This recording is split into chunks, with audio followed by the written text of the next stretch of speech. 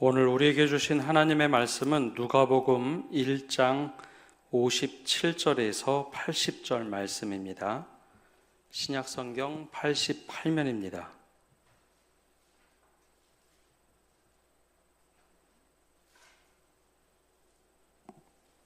우리 57절에서 80절의 말씀 한 절씩 교독하겠습니다.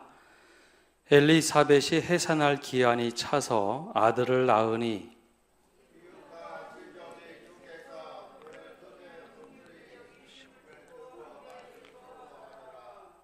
8일이 되매 아이를 할례하러 와서 그 아버지의 이름을 따라 사가랴라 하고자 하더니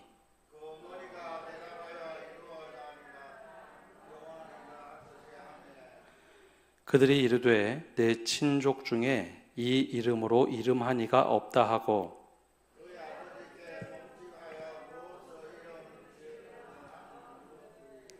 그가 서판을 달라 하여 그 이름을 요한이라 쓰매 다 놀랍게 여기더라.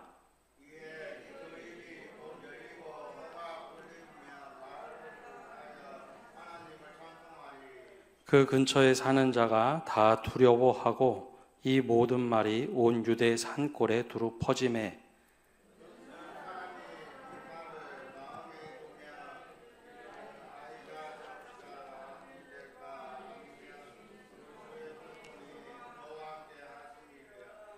그 부친 사가랴가 성령의 충만함을 받아 예언하여 이르되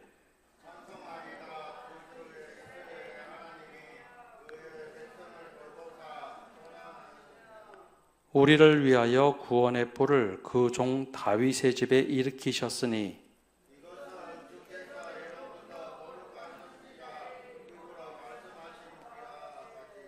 우리 원수에게서와 우리를 미워하는 모든 자의 손에서 구원하시는 일이라.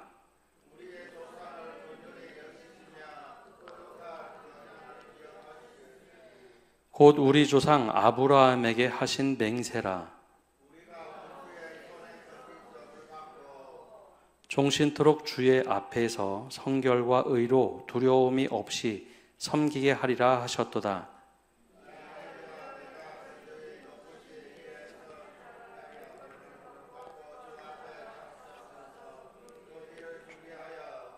주의 백성에게 그 죄사함으로 말미암는 구원을 알게 하리니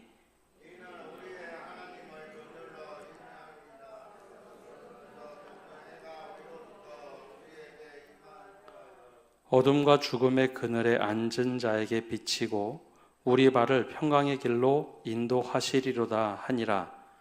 아이가 자라며 심령이 강하여지며 이스라엘에게 나타나는 날까지 빈들에 있으니라. 아멘. 오늘도 주님의 은혜가 우리와 함께하기를 축복합니다.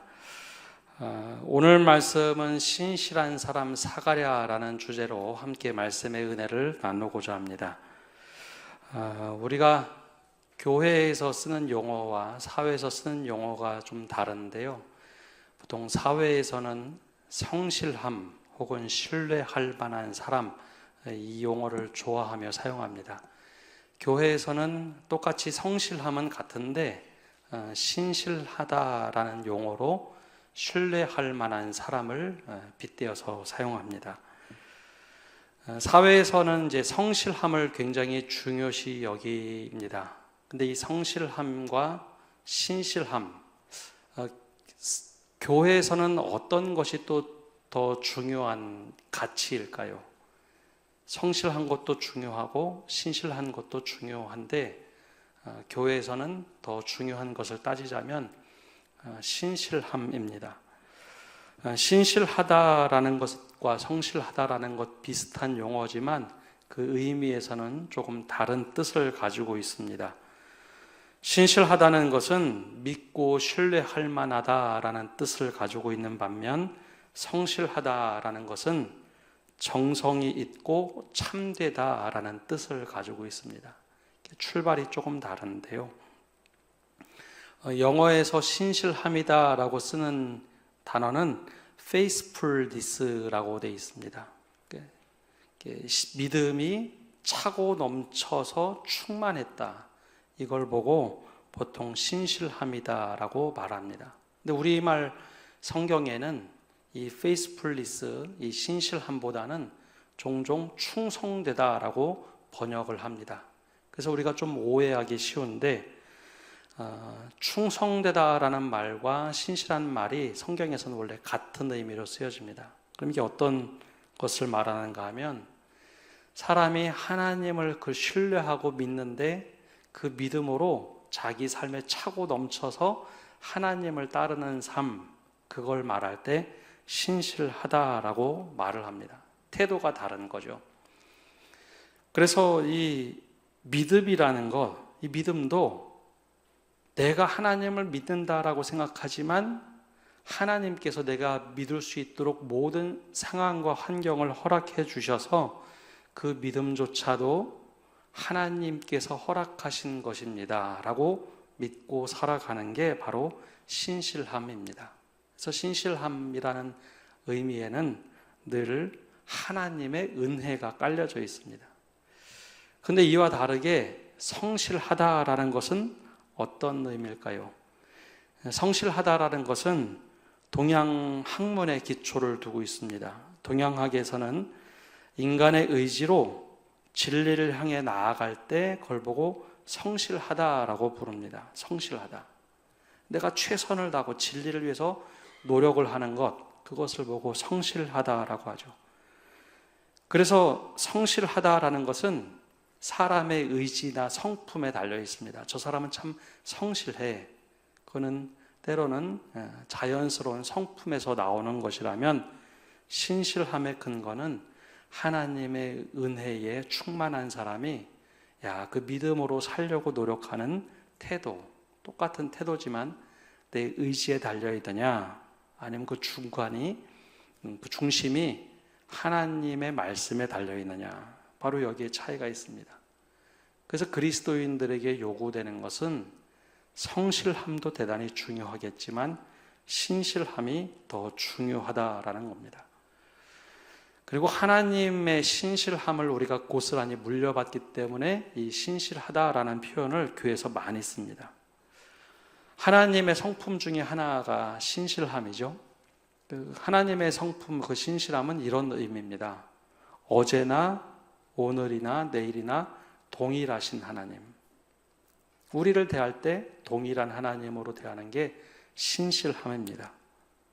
상황이 달라졌다고 내가 이제 더 이상 약속을 못 지키겠다. 그러면 그것은 신실함이 아니겠죠. 사람이 잘못했다고 해서 너희가 도대체 꼴보기도 싫으니 하나님의 마음이 상했다고 해서 갑자기 무엇을 바꾸시는 분이 아니라는 겁니다. 약속을 했다면 때로는 사람들이 그걸 깨뜨려도 약속을 이루시는 분이죠. 그래서 내가 어느 자리, 어떤 상황, 어떤 환경에 처했을지라도 하나님은 나에 대해서 늘 신실한 분입니다. 내가 때론 약속을 깨뜨려도. 그래서 시편 기자들은 이렇게 말합니다. 내가 여호와의 인자하심을 영원히 노래하며 주의 신실하심을 내 입으로 대대에 알게 하리로다. 주의 모든 계명은 신실합니다 라고 고백을 하죠. 그러니까 내 상황과 환경이 바뀌었다고 해서, 내가 때로는 약속을 깨뜨렸다고 해서 하나님이 도저히 너하고는 약속 못 지키겠어, 폐기하는 분이 아니라 늘 신실하게 지켰다는 거죠.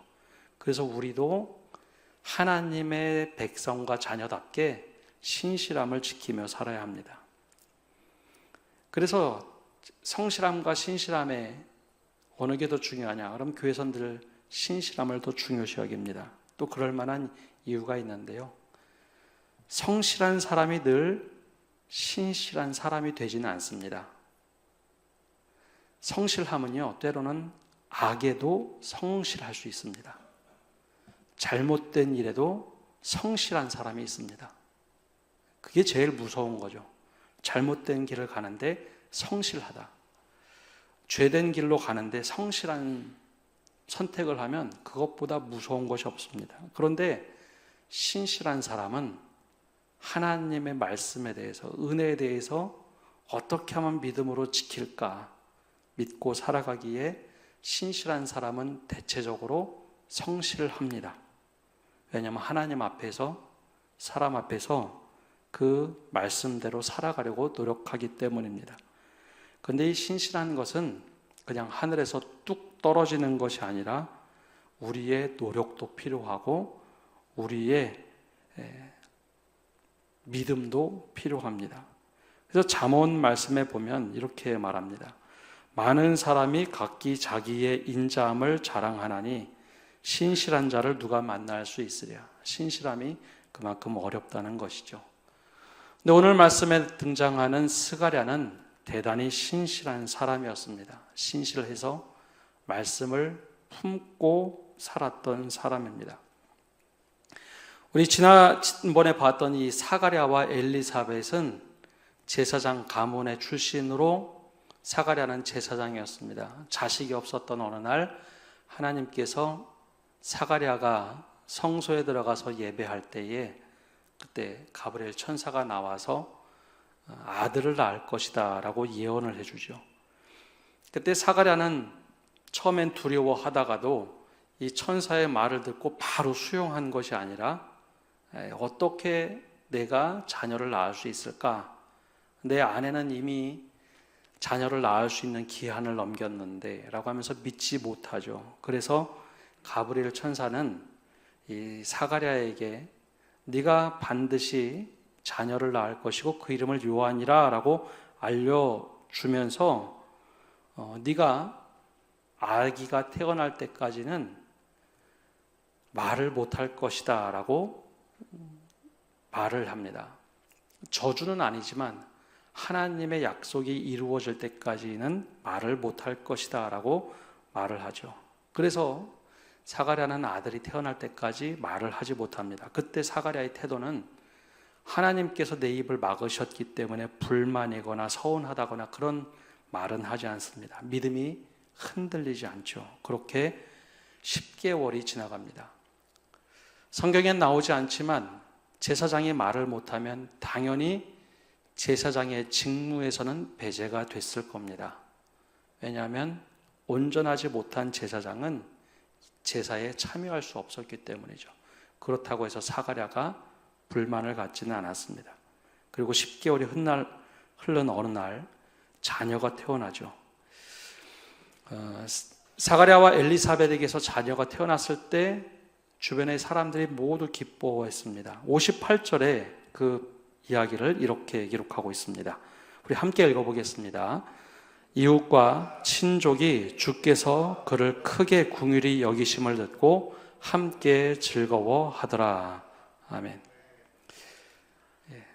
아이를 낳지 못할 것 같은 나이 많은 제사장 부부 사가랴와 엘리사벳 부부에게서 아이가 태어나자 이웃과 친척들이 많이 와서 축하를 해주기 시작합니다. 함께 즐거워하죠. 이게 성도의 교제의 모습이죠. 정말 어려운 집에서 자녀가 태어났다. 함께 즐거워하는 일이 마땅한 일입니다. 이웃과 친척들이 모여서 얼마나 축하를 오랫동안 해주던지 하나님이 긍휼을 부어주셨구나 하면서 함께 즐거워합니다. 그런데 이것이 짧은 시간 동안 끝난 것은 아닌 것 같습니다. 8일 뒤에 이스라엘에서 태어난 유대인들은 할례를 받게 되어 있습니다. 남자아이들은 할례를 받는데 그때 어떤 일이 있었는가? 59절에는 이 일을 이렇게 말합니다. 우리 함께 읽어보겠습니다. 8일이 되매 아이를 할례하러 와서 그 아버지의 이름을 따라 사가랴라 하고자 하더니 8일이 되어서 할례를 받으러 가는데 이게 부모만 간 게 아닙니다. 그때 친척 이웃들도 함께 우르르 따라가서 할례 받는 모습을 보게 되죠. 하나의 축복입니다. 마치 우리가 유아 세례 받는다 그러면 모든 성도들이 함께 서약을 하죠. 우리가 이 아이를 믿음의 자녀로 함께 키우며 돕겠습니다. 그것처럼 할례 받는 이 8일 된 아이를 위해서 축복해주는 시간은 그래도 괜찮은 관습입니다. 그런데 이때 어떤 풍습이 또 이스라엘에 있었는가 하면 자녀의 이름을 부모가 짓는 경우도 있는데 이웃들이 조언하는 경우가 있습니다. 풍습 중에 하나가 아주 독특한 풍습인데 자녀의 이름을 이렇게 지으면 좋겠다. 이웃도 혹은 친척도 거기에 참여를 해서 자녀의 이름을 짓도록 합니다. 아주 독특한 풍습이죠. 그래서 자녀의 이름을 지을 때 아버지의 이름을 따서 짓는다든지 아니면 우리 가문 중에 아주 훌륭한 사람이 있으면 그 사람처럼 되기를 바라는 마음으로 그 사람의 이름을 따서 자녀의 이름을 짓는 경우가 있습니다. 근데 이때 이웃과 친척의 그 권한과 범위가 어디까지 열까라는 거죠. 우리가 한번 이스라엘 문화긴 하지만 이 모습을 우리의 신앙에 조금 대입해서 보면 다른 사람들의 일에 우리가 어디까지 개입하고 조언을 해야 될까라는 것을 한 번 정도는 생각해 봐야 합니다.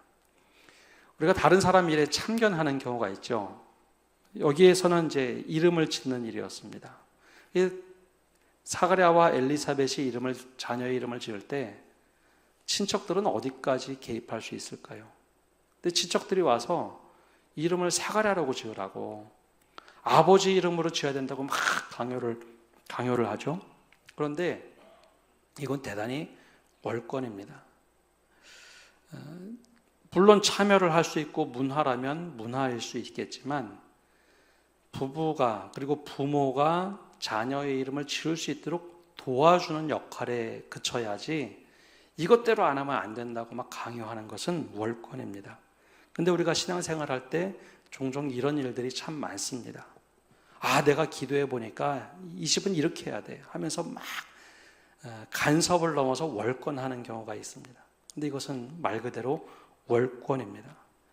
그 사람이 잘 결정할 수 있도록 도와주는 것은 괜찮지만 내 생각이 맞다고 강조하고 이것대로 하지 않으면 마음 상하고 그런 것은 결코 좋은 신앙이 아닙니다.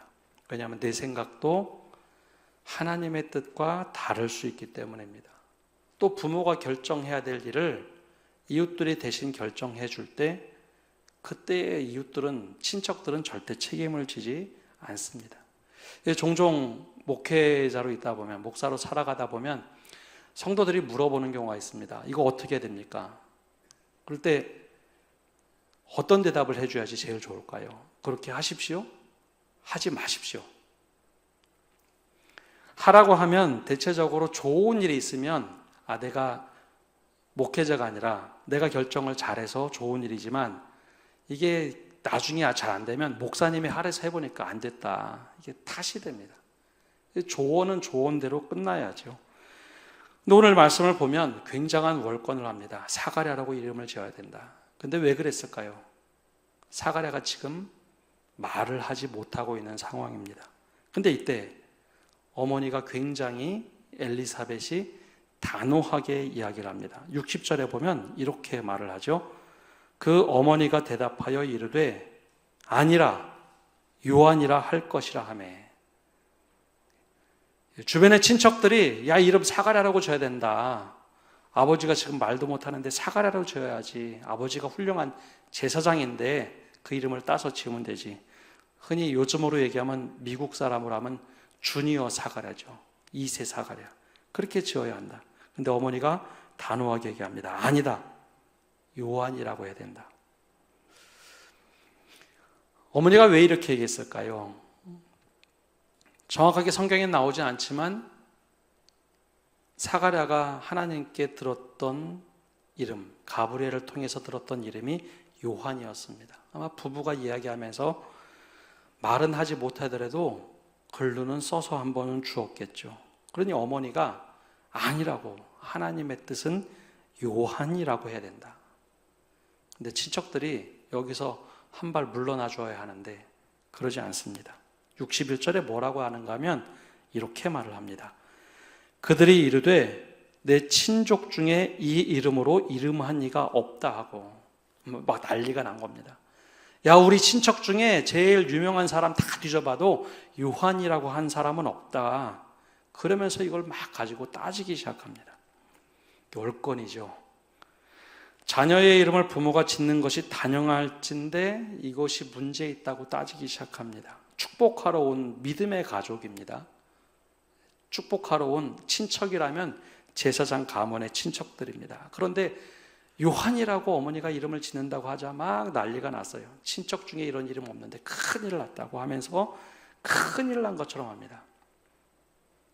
그러자 더 재미있는 것은 사가랴에게 한번 물어보자. 사가랴에게. 그 몸짓 발짓 하면서 말을 못하니까 사가랴에게 이 이름이 맞냐 하면서 난리가 나고 사가랴에게 물어봅니다. 그때 사가랴가 뭐라고 대답하는가? 63절에 우리 함께 읽어보겠습니다.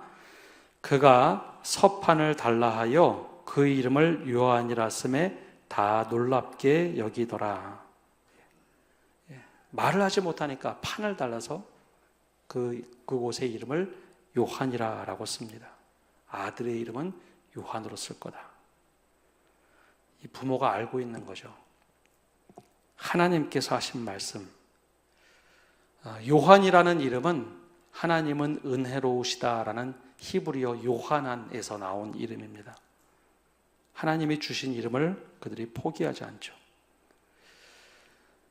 스가랴 천사가 이렇게 1장 13절에 말합니다. 천사가 그에게 이르되 사가랴여 무서워하지 말라. 너의 간구함이 들린지라.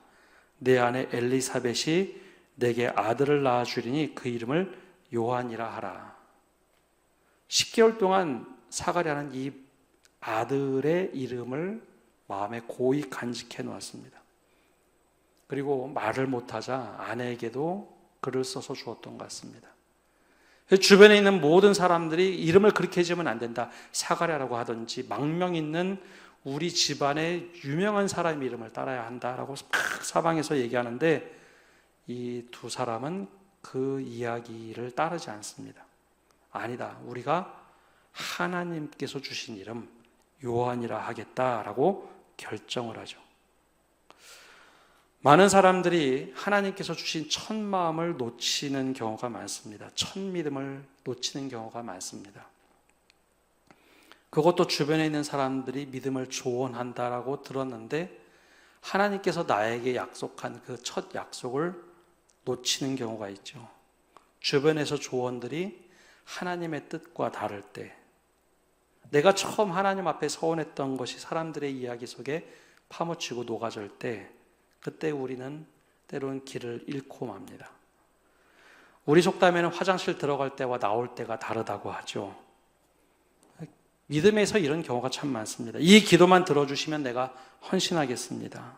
근데 기도에 응답된 후 시간이 흘러가면 그 은혜는 다 잃어버리고 지금 내 상황과 환경에 따라서 우리는 맞추어가는 경우가 많습니다.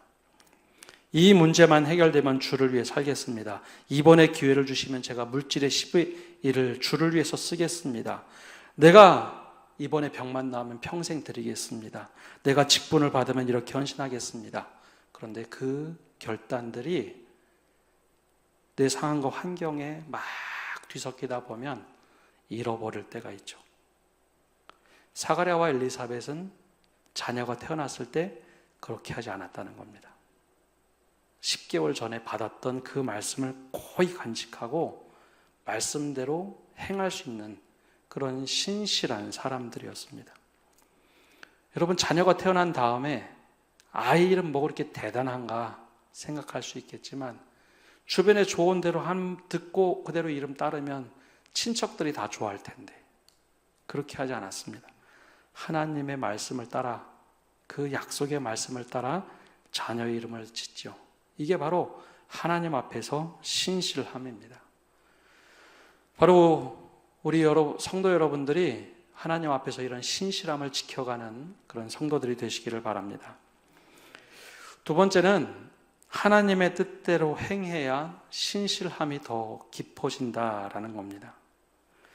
만약이란 것은 없지만 만약 사가랴와 엘리사벳이 요한이라 이름을 짓지 않고 친척이 말한 대로 사가랴라고 이름을 지었다면, 혹은 친척 중에 우리 조상 중에 좋은 이름을 가지고 있는 훌륭한 사람의 이름을 지었다면 어떤 일이 어떻게 일어났을까요?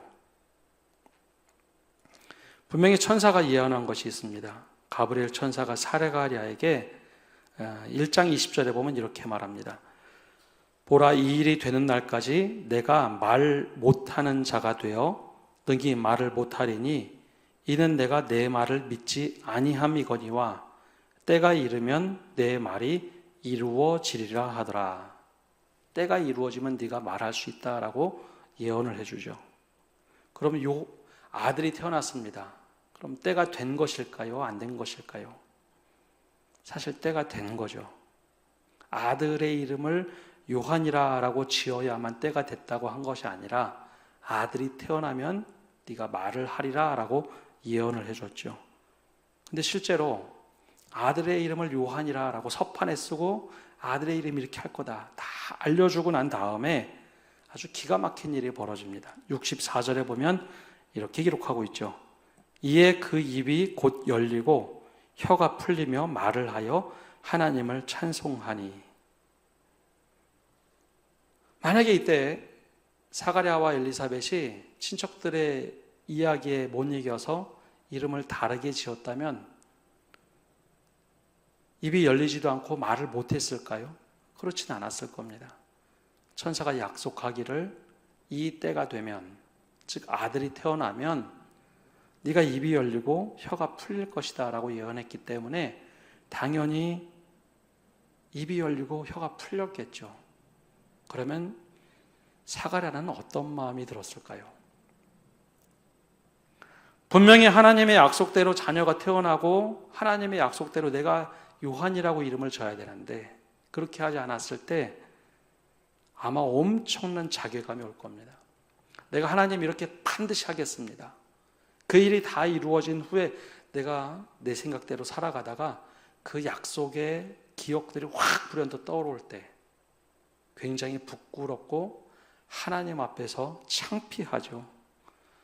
아마 엘리사벳과 사가랴가 이름을 다르게 지었다면 그렇게 창피했을 겁니다. 그런데 오히려 이름을 요한이라고 지었기 때문에 사가랴가 할 수 있는 것은 곧바로 찬양이 막 터져 나옵니다. 하나님이 하셨다는 거죠. 그래서 요한이라고 이름을 지은 사가랴가 제일 먼저 한 것은 입이 터지자마자 한 것은 찬양입니다. 하나님이 하셨다. 하나님이 이렇게 하셨다. 그러자 이 주변의 반응들이 독특합니다. 65절과 66절에 보면 이렇게 기록합니다. 그 근처에 사는 자가 다 두려워하고 이 모든 말이 온 유대 산골에 두루 퍼지매. 이 첫 번째 이야기는 65절의 이야기는 사가랴가 말 못하다가 10개월 만에 말했다라는 겁니다. 근데 그 다음 이야기는 조금 다른 이야기입니다. 66절에 듣는 사람이 다 이 말을 마음에 두며 이르되 이 아이가 장차 어찌 될까 하니 이는 주의 손이 그와 함께 하심이러라. 사람들은 이 모습을 보고 두려워했습니다. 그런데 사가랴는 절대 두려워하지 않았겠죠. 하나님 말씀이 내게 이루어졌다라는 확신입니다. 신실한 사람들이 약속의 말씀을 붙잡고 살아가면 더 깊은 신실함이 묻어져 나옵니다. 하나님께서 하시는구나. 내가 약속의 말씀대로 하니 하나님이 하시는구나. 근데 이 신실한 여정을 겉에서 본 사람들은 때론 하나님이 하신 일이 두려울 때가 있습니다. 무서울 때가 있어요. 왜냐하면 내가 직접 약속한 것이 아니라 삼자로 경험하기 때문입니다. 그리고 나서 이 66절의 말씀, 듣는 사람이 다 이 말을 마음에 두며라고 한 것은 사가랴가 내가 왜 요한이라고 아들의 이름을 지었는지 지금까지 있었던 일들을 소상하게 다 이야기해 주죠. 그러자 사람들이 관심을 갖기 시작합니다. 이 아이가 장차 어떻게 클까? 이 아이가 장차 어떻게 클까? 하나님이 예비하셨다고 하는데 이 아이가 장차 어떻게 클까? 하면서 주의 손이 그와 함께 하심을 사람들이 경험하기 시작하죠. 이게 말씀대로 살면 점점점 신실함이 깊어진다라는 것을 보여주고 있습니다. 신실함이 주변에까지 다 흘러 넘쳐나죠. 주변에 있는 사람들도 도대체 하나님께서 약속하신 이 아이는 어떻게 클 것인가 하고 주목해 보기 시작하죠. 그리고 나서 사가랴가 한 것은 하나님께 올려드린 찬양입니다. 67절부터 79절까지 하나님께 찬양을 올려드리죠. 근데 왜 이 찬양이 중요한가 하면 이렇게 성경에 나오는 찬양의 가사들은 이스라엘 백성이 아닌 그리스도인들이 하나님을 부르며 노래했던 찬양들이기 때문입니다. 하나님이 이렇게 하실 거구나, 우리에게 이런 일을 행하시는구나 하는 겁니다. 그리고 나서 가장 중요한 말씀은 이 찬양이 끝나고입니다. 찬양이 끝나고 나서 무엇이라 기록됐는가? 우리 80절 말씀 한번 주목해 보겠습니다. 80절 말씀 함께 읽어보겠습니다. 아이가 자라며 심령이 강하여지며 이스라엘에게 나타난 날까지 빈들에 있느니라. 아멘. 이 아이가 바로 세례 요한입니다. 근데 여기 뭐가 좀 이상한 거 있지 않습니까? 아이가 자라가며 심령이 강하여지며 이스라엘에게 나타나는 날까지 빈들에 있느니라. 뭐가 이상한가 하면 빈들에 있다라는 겁니다. 하나님의 길을 예비할 자로 사가리아에게 약속하며 자녀를 주겠다라고 말씀한 것은 가브리엘 천사의 이야기입니다. 이 누가복음 처음 시작할 때 말씀드렸던 것처럼 사가랴는 제사장입니다. 제사장은 그 당시에 세습직이었습니다. 그래서 자녀가 30살이 되기 전까지는 제사장 교육을 가정에서 시킵니다. 하나님께 예배는 이렇게 드려야 되고 제사법은 이렇게 해야 되고 밖에서 행동할 때, 안에서 행동할 때 모든 것을 일일이 가르쳐 주죠. 그래서 대부분의 자녀들은 제사장의 직무를 이어받게 됩니다. 제사장이 되죠. 만 30세가 되면 제사장 임명을 받고 제사장으로 살아가야 됩니다. 그럼 그가 있어야 될 곳은 어디일까요? 성전 근처입니다. 아니면 제사장 학교 같은 곳에 있어야 합니다. 근데 아버지 사가랴는 아들을 그렇게 키우지 않습니다. 제사장을 당연히 물려줘야 할 그 아들임에도 불구하고 신실하게 하나님과의 약속을 지켜갑니다. 그래도 이 당시의 제사장은 사람들에게 존경받는 직군이었습니다. 사내들인 공회의 71명 중에 올라가야 될 사람들, 만약에 그 중에서도 대제사장이 된다면 최고의 명예와 영예가 되겠죠. 그럼 당연히 아들을 제사장 시키는 게 맞습니다. 가문의 영광이니까요. 그런데 하나님의 뜻을 온전히 받았던 사가랴는 그 소중한 아들 하나, 나지막하게 태어난 아들을 제사장을 시키지 않습니다. 그런데 그 표현이 제사장이 중요한 것이 아니라 아이가 자라가며 심령이 강하여지며, 하나님 앞에서 정말 심령이 강인한 사람이 되었고 이스라엘에게 나타난 날까지 빈들에서 하나님을 묵상한 사람이다, 예비된 사람으로 성장했다라는 겁니다. 어느 부모가 자녀가 좋은 교육받고 좋은 곳에 가서 좋은 대접받고 좋은 직무를 행하며 살아가는 것, 그거를 기대하지 하나님께 다 사로잡혀서 하나님께 쓰임받도록 거기에 그냥 순수하게 다 이렇게 너는 괜찮아, 그렇게 하는 부모가 많지 않습니다. 그런데 하나님의 뜻을 신실하게 받아봤던 사가랴는 10개월 동안 벙어리로 아들의 이름을 지을 때도 친척들이나 주변의 이야기에 휩쓸리지 않고 아들의 이름을 요한이라고 지었고, 그리고 아이를 키워가면서 너는 주의 길을 예비할 사람이야, 제사장 말고 주의 길을 예비할 사람이다, 그렇게 자녀를 키웁니다. 들에서 광야에서 그가 살아갈 수 있는 해치고 나갈 수 있는 힘들을 키우도록 자녀를 그렇게 키웁니다. 이게 바로 사가랴의 신실함입니다. 그가 성실함을 넘어서 하나님 안에서 faithfulness, 믿음이 충만하고 차고 넘쳐서 하나님의 뜻이 어떻게 우리 가정에서 이루어질까, 그것을 기대하고 하나님은 은혜로우시다라는 아들의 이름을 짓고 그렇게 키우며 갑니다. 우리는 세례 요한 그러면 세례 요한이 하늘에서 뚝 떨어져서 그가 그냥 그의 길을 가고 주의 길을 예비하고 예수님의 신발 끈을 풀매도 부족한 사람이라고 스스로 얘기한, 그렇게 스스로 된 것처럼 생각하지만 그의 부모 사가랴와 엘리사벳의 신실함이 자녀에게로 고스란히 이어졌기 때문입니다. 그 삶의 태도, 하나님을 경외하는 모습, 누가 뭐래도 하나님의 약속을 붙잡고 살아갔던 그 부모들, 그래서 그 신실함을 바로 세례 요한이 고스란히 물려받죠. 오늘 우리의 신실함이 자녀들에게 또 믿음의 후배들에게 고스란히 물려지기를, 또 이어져 가기를 간절히 축복합니다. 오늘 말씀을 맺습니다. 사가랴는 철저하게 하나님 말씀과 언약에 붙잡혔던 사람입니다. 아이가 태어나기 전부터 철저하게 준비되었고, 아이가 태어났다고 해서 그의 생각이 바뀌지 않습니다. 자녀의 이름을 지을 때도 주변의 수많은 사람들의 이야기 속에 휩쓸리지 않습니다. 하나님의 뜻은 이겁니다. 그의 신실함을 보여줍니다.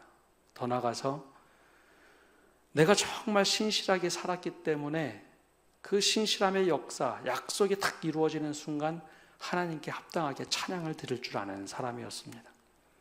만약에 그렇게 하지 않았다면 너무나 부끄럽고 창피했겠죠. 하나님의 역사를 새로 쓰셔야 됐는지도 모르겠습니다. 그러나 그 신실함 속에 더 신실함이 깊어집니다. 자녀를 키울 때 그 신실함을 이어서 자녀에게 강요한 것이 아니라 그렇게 하나님의 길을 예비할 수 있는 사람, 그렇게 자녀를 키워갑니다. 우리에게도 이러한 은혜가, 동일한 신실함이 있어서 우리 다음 믿음의 후배들, 믿음의 자녀들에게 이 신실함, 내 신앙의 모습들이 고스란히 이어져가는 그런 믿음의 사람이 되기를 간절히 축복합니다. 이렇게 기도하겠습니다. 하나님, 오늘도 저희가 주님 앞에 나와 기도하며 나갑니다. 주님, 제사장 사가랴에게 보여주셨던 이 신실한 믿음, 우리가 그 신실함을 이어가기를 원합니다. 나의 노력으로 이루어진 성실함이 아니라 이 믿음으로 믿음이 충만해져서 하나님의 말씀을 따라 살 수 있는 그러한 믿음, 또 신실함을 허락하여 주옵소서. 그리고 이 신실함 속에서 살아가면서 더 약속의 말씀이 이루어질 때마다 믿음이 깊어지게 하시고, 이 신실한 삶의 태도들이 내 주변에게, 또 나의 자녀들, 믿음의 후배들에게 선한 영향력으로 고스란히 이어지게 하여 주옵소서. 이 모든 말씀 예수님의 이름으로 기도합니다. 아멘.